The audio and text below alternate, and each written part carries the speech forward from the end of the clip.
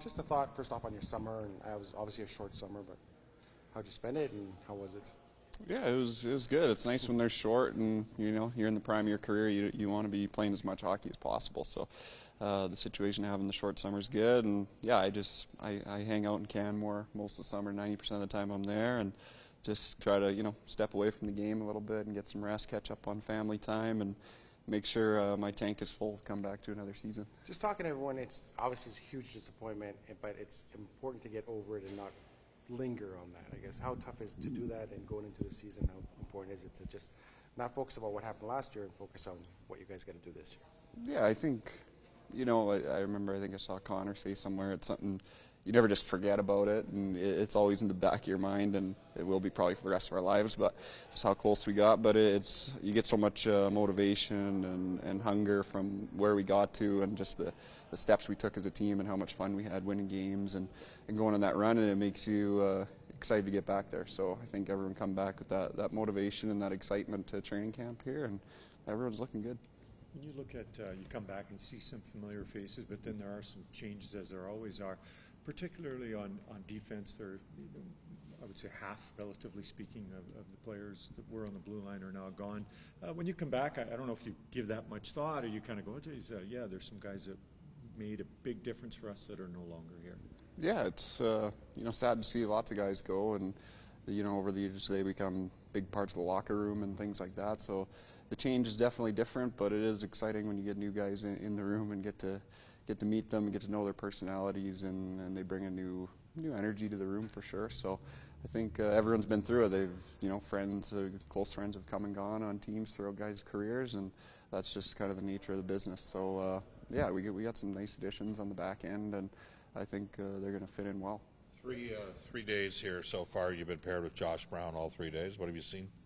Yeah, I think he's really good. He's poised. He's a veteran defenseman, big, strong guy, which is always handy to have in a D partner, and just on the back end in general. I think size is something you can't teach, and he'll be good. He's good around the net, and that's important to have.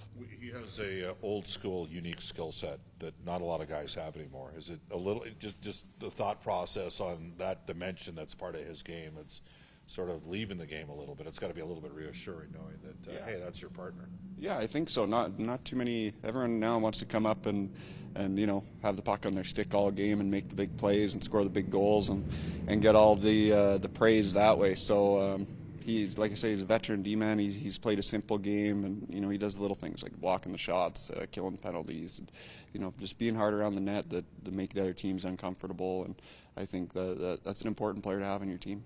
Because of the short off season, how many exhibition games or preseason games would be good for you to kind of get in and find that rhythm again before the start of the season? Do you have a number? I don't know. Maybe I'll say three games. I think would be more than enough. I think just to get those. I was talking with Nuge a little bit today, and it's in practice you don't really get hemmed in the D zone to start a game for a minute, and then you're all of a sudden like that. So you need to get your games in and feel things like that, and be on your heels a little bit, and learn how to work through some adversity that comes along in the game. So I think for me personally, probably 3 games would be good, and I'd feel ready for the season. Are you playing tomorrow? Do you know? I don't know yet. I think they're going to tell the lineup at like 4 o'clock or something. We saw what your head coach could do coming in mid-season last year. How much will this group benefit with the full training camp under your head coach? Yeah, I think it'll be good. I think it's just, again, it goes back to last year, what we built last year, and we can just come in and start kind of rebuilding our blocks again, and then we can hit game 1 full speed. So. Brett, you mentioned wanting to come back with your cup full in obviously a physical way. You want to come back ready for camp and ready for the season. But how do you prepare in a kind of mental, emotional way as well for that over the summer? Yeah, I think the physical part comes probably quicker just because the summer is so short, and we were just playing hockey in the finals not too long ago, really. So the muscle memory comes back pretty quick after a few weeks of skating and things like that. But I think mentally, you just want to make sure you're excited to come to the rink every day, and you're not feeling burnt out mentally. And so I think it sounded like everybody had a good summer, and everyone looks forward to coming to the rink right now and just getting better and getting ready for day 1. So.